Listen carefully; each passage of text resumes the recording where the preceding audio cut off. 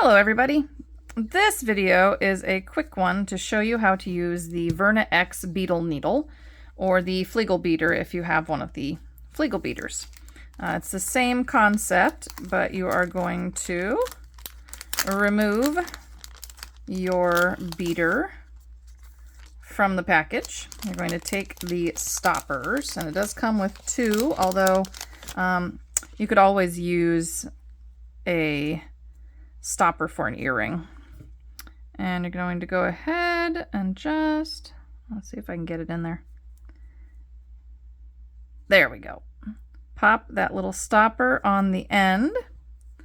And then what's cool about this is that you preload your beads. So you're going to preload your beads onto your beader. There we go.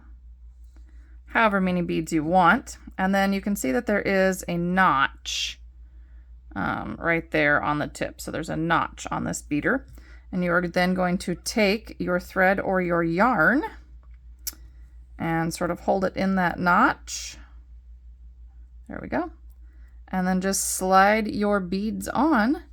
And now your beads are on your thread or your yarn.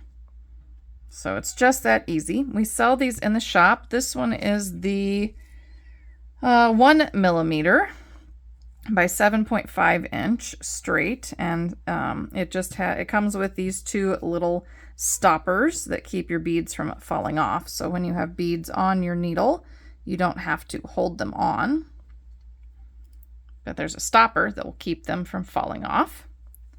And the other nice thing about this is if you are knitting and you want to set your bead over a stitch, then you can actually do that. Or if you're tatting, you can set your bead over a picot. But I'll show you how to do that another day. So this is just a quick video on how to use the beetle needle to add beads, pre-string beads, for your thread or yarn.